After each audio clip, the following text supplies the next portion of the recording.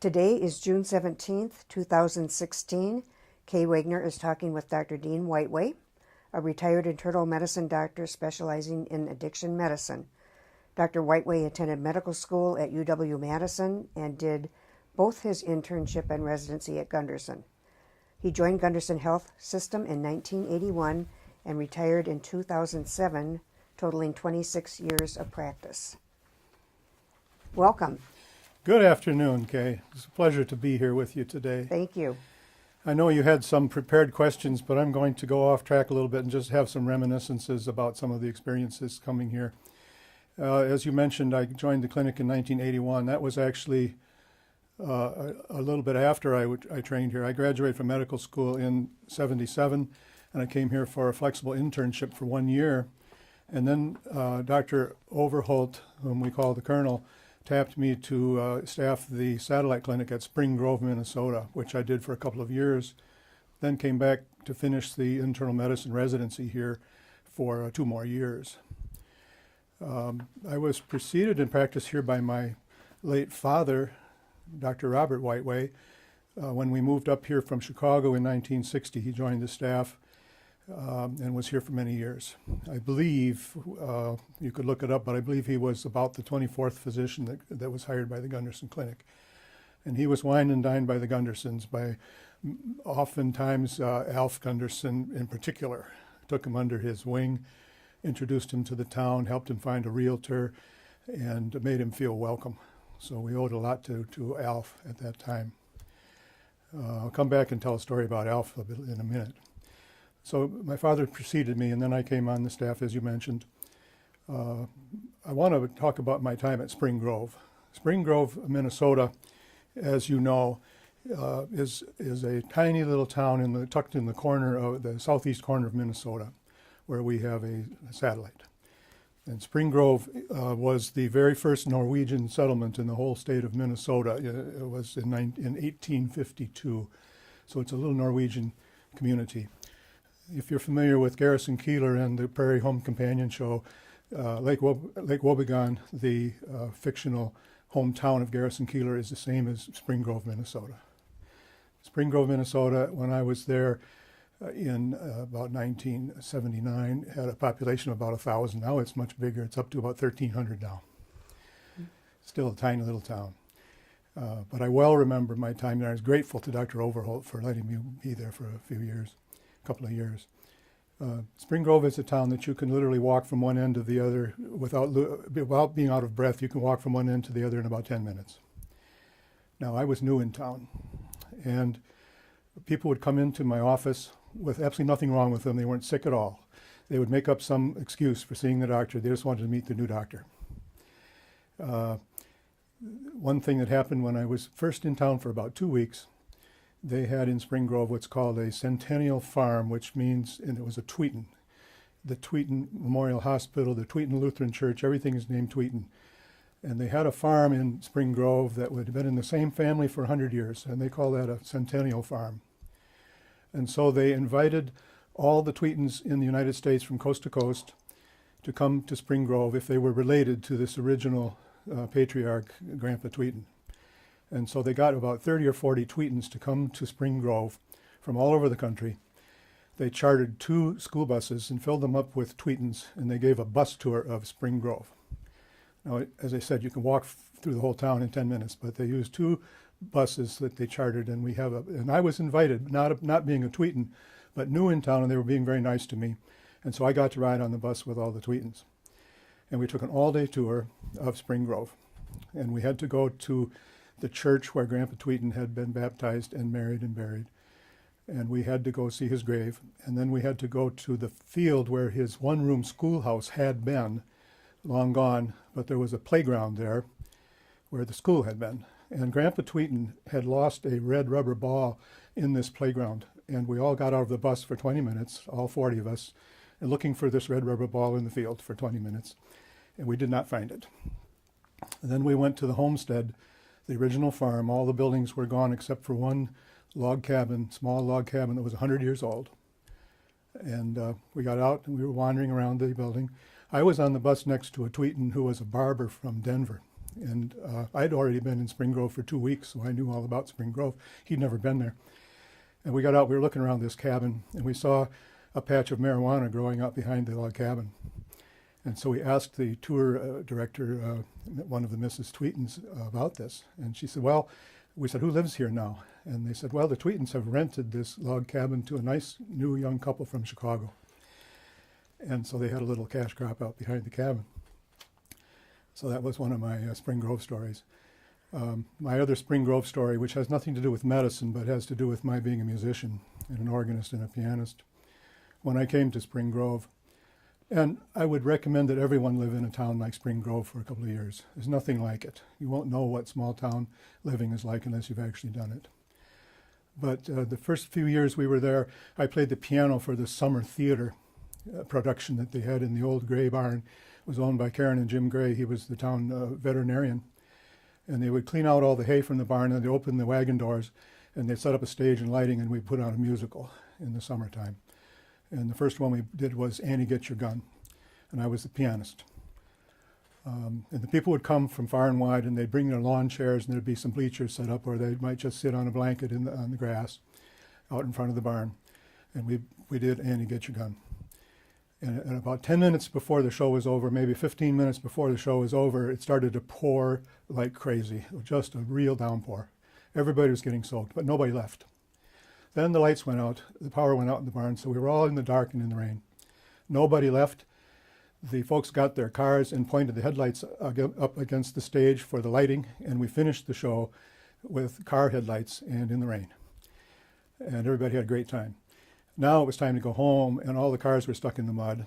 And so the farmers brought their tractors back and towed everybody out of the mud. And everybody went home, and they had a great time. So that's Spring Grove. Another Spring Grove story was Dale Dryvold, the sweetest man you could possibly meet. He died at the age of 83 about 5 years ago. Dale had 3 jobs in Spring Grove. He was the mailman. He had the Spring Grove laundromat, and he had the Big Viking shoe repair. And he had this all in the same place in town. And I was fresh in town, and I was a bachelor then, and I had my laundry in one of his machines. And I was off doing some errands, and I came back an hour later, and Dale Dryvold, the sweet man, says, Dr. Whiteway, I hope you don't mind, but I was watching your wash, and your shirts were starting to wrinkle, so I hope you don't mind that I took them out and put them on hangers. Now, you imagine that happening in La Crosse or any place else. In Spring Grove, I would go out to eat, and everyone in town, you understand, knows everyone else. And so when they go in a restaurant, they look to see if there's anybody there that they don't know. And so heads would turn when I came to town, and I'd be sitting there. And if you go to Chicago or the cities, you don't bother to look around in a restaurant and see anybody you know. In La Crosse, if you go to the Freight House or somewhere, you probably will look around and see if there's someone that you know. But in Spring Grove, they know everybody. And so who is this strange person here? Anyway, I highly recommend a small town experience if you ever have the chance, because there's no other way to experience that. So excuse me for reminiscing about these non-medical matters. I wanted today to mention how wonderful it was to have Dr. Overholt, the colonel, a brilliant, brilliant physician. It was understood that he was the youngest colonel in the Army Medical Corps. He probably could have been Surgeon General had he wanted to, but he decided to be a teacher, and he was a masterful teacher. He never forgot his military roots, however. For instance, if one of his residents would when he would have a little bit of his miffed at one of his trainees, he would say, all I can do now is possibly cancel one of your vacation days, but if you were in the Army, I would be sending you to Korea. We were in a meeting one time in the hospital, and the helicopter was landing right outside the window. It was so noisy with the rotor noise of the helicopter, we couldn't hear each other. One of the residents says, oh, isn't it lousy that they land the helicopter during our meeting? And Overholt says, just be glad it's one of ours, he said. So anyway, he never forgot those roots. I kidded him one time, and actually got a smile out of him with this comment. I said, you know, there's so much medicine, so much material to memorize and to learn as we go through our careers. The normal person would probably require about 3 lifetimes to learn it all. And I said, Dr. Overholt, for a brilliant man like you, it would probably only take 2 lifetimes. And I got a smile out for that comment. So he was wonderful. He never missed a diagnosis. He would challenge the residents to come into a conference room and bring him the tough cases, and he would never miss. He would never miss. He had thousands of slides from his Walter Reed experience with all of his cases there. And if a noon speaker would not come for an illness or a missed flight, he would just pick up a lecture. In 5 minutes, he could put together a lecture. He loved to give lectures about external signs of disease. That would be a rash, or he would show a picture of someone's fingernails or a hand or a face, and he'd say, "Tell me the diagnosis." You would never miss a diagnosis. A brilliant man, and those of us who trained under him were so fortunate. So I didn't want to leave that out. A couple of comments about some of my favorite people. Pediatric rotation when I was an intern here under the teaching of Van Elston. Van Elston, a brilliant, brilliant man. Haven't seen him lately. Brilliant man. I understand he actually built the first cath lab here out of scratch. He could build anything. The big mind, and a sweet, humorous man as well. We would have pediatric rounds with Van, and then we would sit down in a conference room and talk about the cases for a few minutes, and then he would interrupt and he'd say, "Now, I guess we've covered those cases. Now let's talk about something else." And he would give us about 20 minutes on the intricacies of using Morse code as a ham radio operator, for instance. Clyde Lonicky, who I hope you know. Clyde, a crack golfer, would come to work with his golf paisley pants on, or whatever they were, polka dots and paisleys and everything. One time, Clyde gave a talk, what we called the flea circus, the little brief talks in Erasmus. And he would talk about 5 or 10 minutes. I don't remember the topic, but some urologic topic. He went for about 5 or 10 minutes, and then he stopped, and he says, "Now your attention span is all gone from my talking about this. I'm going to," and that's why we have a big library right down the hall. He says, "If you want to know more about that, just stop at the library, you'll find." So he took the rest of his time giving a slide talk of his round of golf at Augusta National. In the rain, but that's the way it went. I mean, he had to take a reservation and probably pay some money. And he took a round of golf and took us hole by hole by hole through the course, and he loved it. And so he had to show us his golf outing at Augusta National, which was good.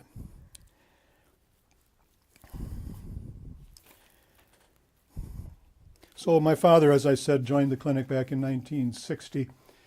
Things were different in those days. I wasn't a doctor, of course, yet, but I did know the Gundersons. I knew Alf. I knew Gunnar Sr.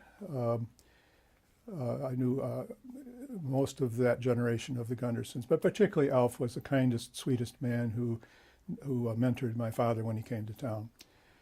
Now, in those days, things were different. For instance, my father told me that on the opening day of duck season, they'd have to have a clinic meeting to find out who was going to be on call, because they all wanted to go duck hunting and there weren't enough doctors to take call. They would have the whole Gunderson Christmas party in one person's home. You know, well, there's only a few. That can't be done anymore. Two things that I think have probably gone by the wayside from when I was in training here. One was that on the teaching service, which I was on for years, at the end of the several weeks of rotation, we would invite our house staff, our intern or our resident, over to our house for an evening supper. And this happened regularly while I was in training. I suspect that it is not happening much anymore, but I would like to know that it would be.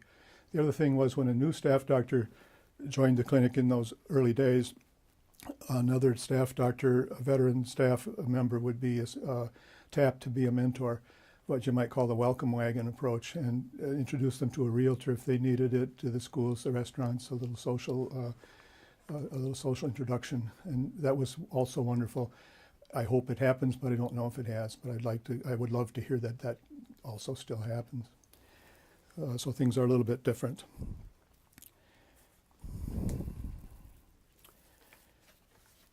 Those are my main stories. I don't think I've left out anything I meant to say. Okay. What would you like to ask me, if anything else? Well, I know that you were living in La Crosse. Did you have other choices for practice, or was Gunderson top of your list to begin with? It was it was my top of my list. I may have applied a couple of other places, but I got into the medical business following my father's, in my father's footsteps. He was here. And until I retired 8 years ago from Gunderson, it was the only job I had. For the last 8 years, I've worked at the VA as a veteran, for the veterans, helping with chronic pain management and overuse of opiates, which has been in the news with scrutiny of the VA.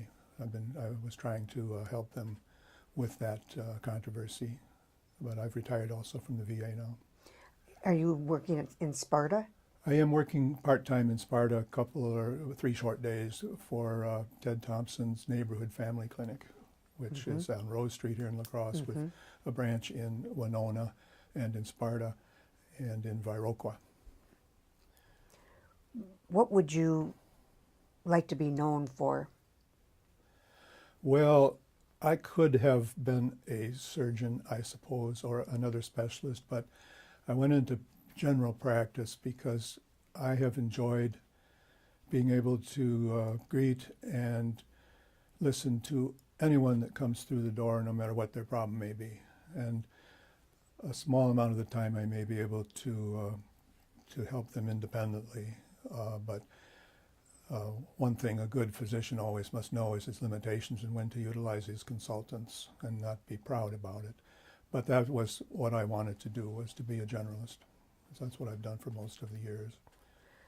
Do you have a memorable, we probably have many memorable moments, but a particular patient or something that you learned?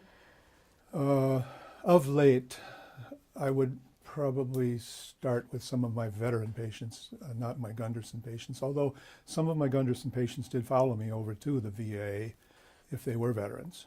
So not a small number did that.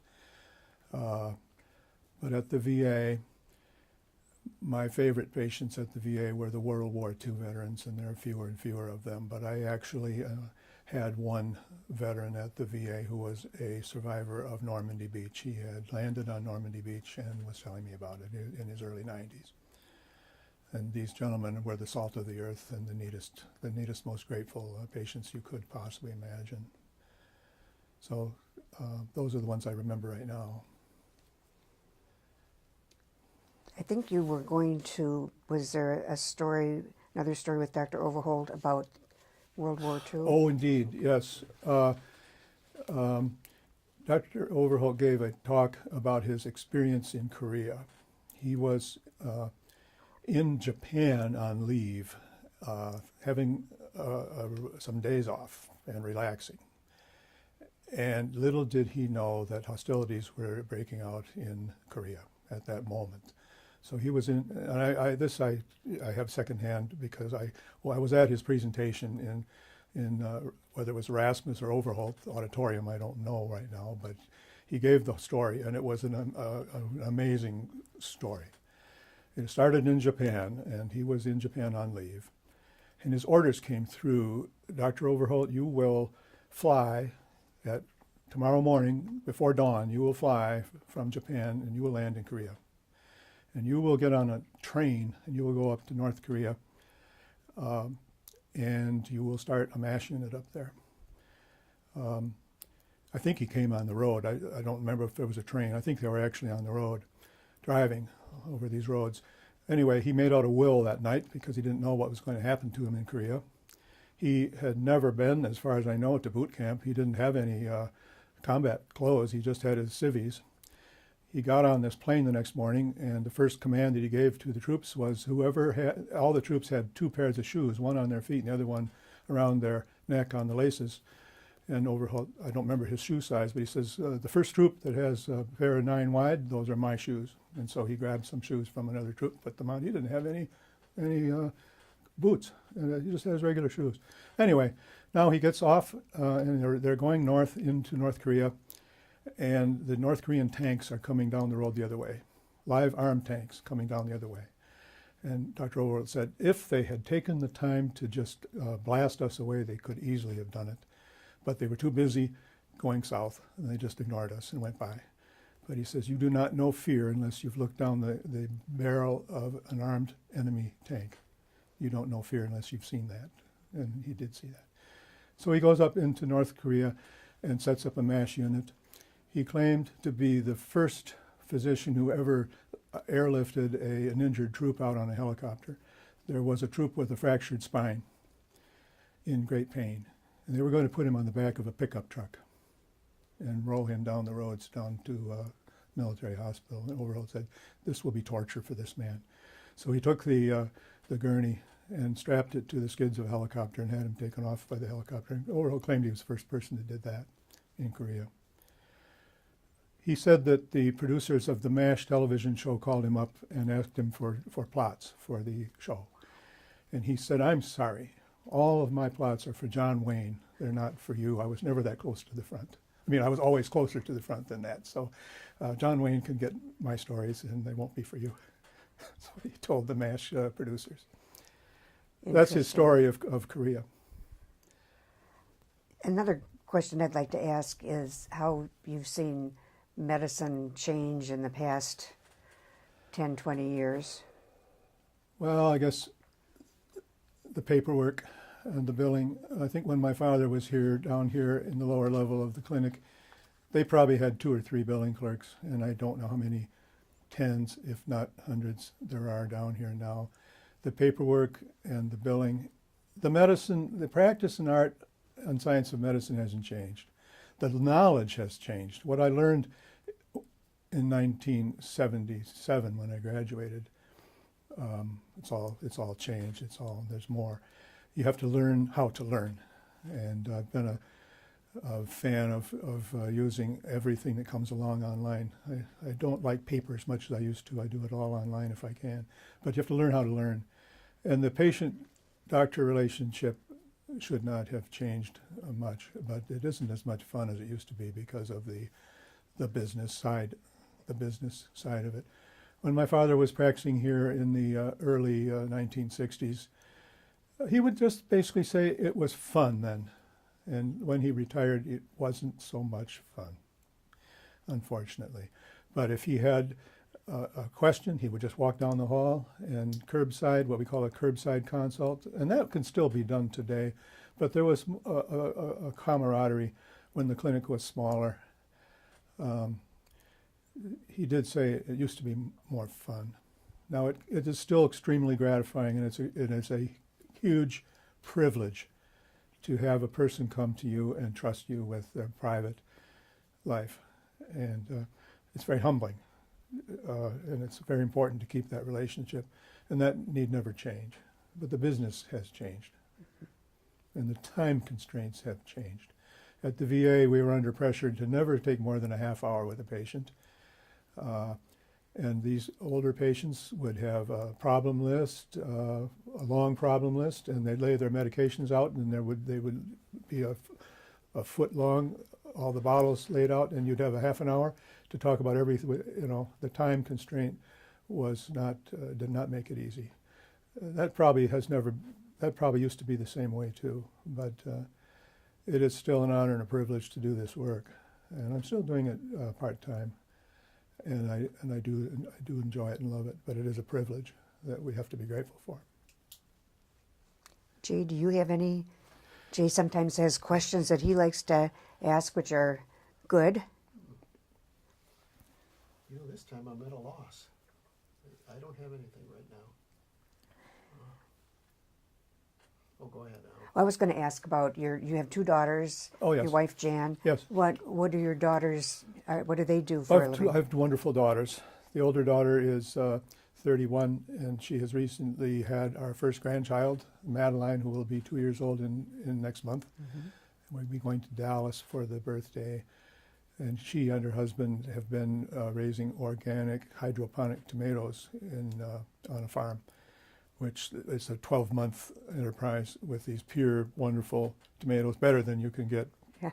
The ones here come from Florida or Mexico, and you don't know much about them, but these are wonderful, and they sell them to the restaurants in Dallas.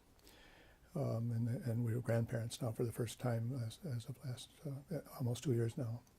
Anna, my younger daughter, is 21, and she is an opera singer. She has an opera job in Denver for the summer, and she'll be taking graduate school at Boulder in the fall as an opera major. And lately, she was tapped to sing the national anthem at her graduation at Camp Randall in Madison in front of 50,000 people, and that's on YouTube if you care to look it up. Look up University of Wisconsin commencement, and forward 36 minutes into the tape, and you will see my daughter singing the national anthem at Camp Randall, and she shows no fear. Can you imagine singing in front of 50,000 people? She shows no, well, she says there is fear involved, but she doesn't show any fear, and she nailed it. And I don't care if I ever hear it again, because you can't sing it any better than she did. But she said she's not afraid on the opera stage, but she said, you know, singing in front of 50,000 people, that's a little bit different. It snowed that day too. That was the good news was it didn't rain. The bad news was it actually snowed at her graduation last month. And she's single? Oh yeah, she's single. Yeah.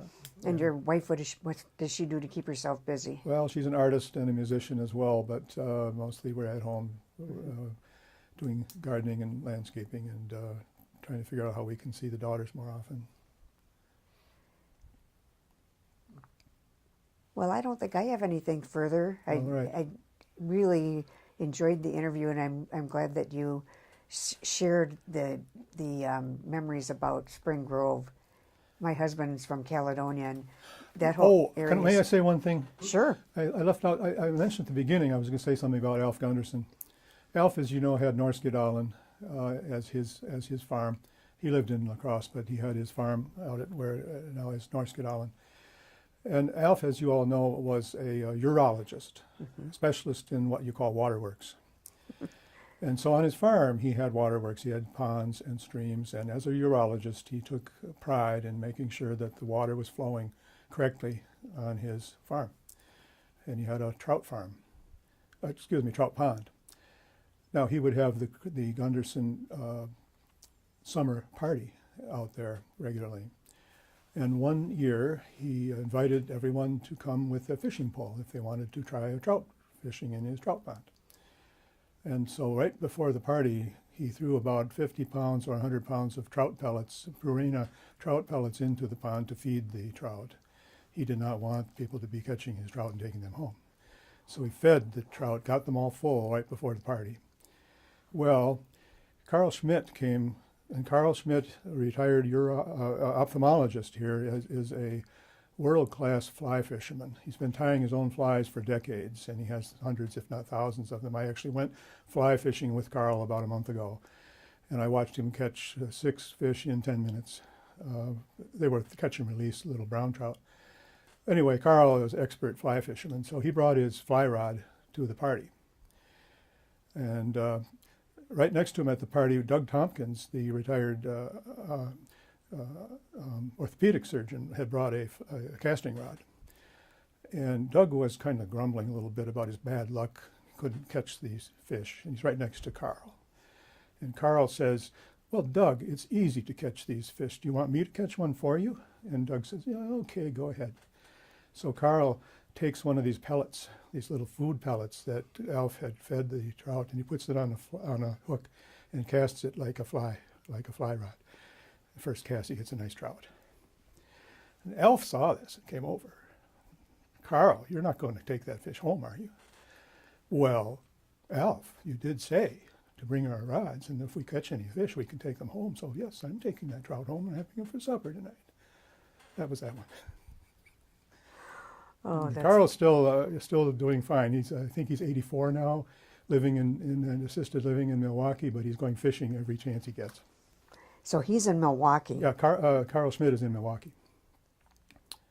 Just had a lesson in fly fishing with him about a month ago.